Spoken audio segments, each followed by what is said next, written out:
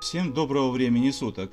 Бывает, что крохотный котенок может стать настоящим сюрпризом, особенно если вы случайно обнаружили его на чердаке собственного дома. Такая история и произошла с жителем американского штата Теннесси. Молодая семья совсем недавно переехала в город Нэшвилл и занималась благоустройством нового дома, где и обнаружила двух новорожденных котят. Брошенные малыши тотчас же были доставлены в Центр спасения кошек.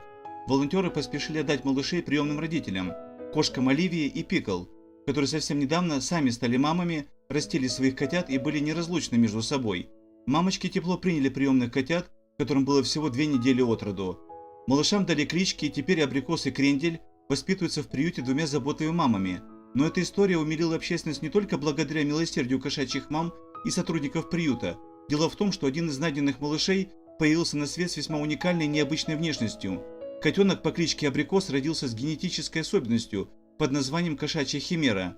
Это означает, что шерстка котенка имеет уникальный окрас, и его мордочка ровно разделена на 2 цвета – рыжий и черный. Котенок Абрикос родился с редким естественным явлением, которое делает его внешность уникальной. Кошки-химеры имеют необычную внешность, поскольку их клетки содержат 2 типа ДНК.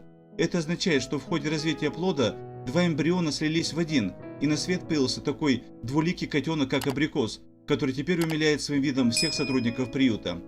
Однако для Оливии и Пикл все котята равны, и они одинаково заботятся как о своих детках, так и о Кренделе с Абрикосом. Кстати, самих заботливых мам служба спасения нашла несколькими месяцами ранее и доставила в приют.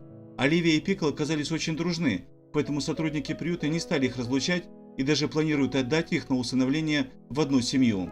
А пока 2 мамы вместе растят котят и готовятся к тому, чтобы стать любимыми питомцами для кого-то из неравнодушных людей. Спасибо за просмотр. Подписывайтесь на канал. Если понравилась история, ставьте лайк, оставляйте свой комментарий. Всем пока!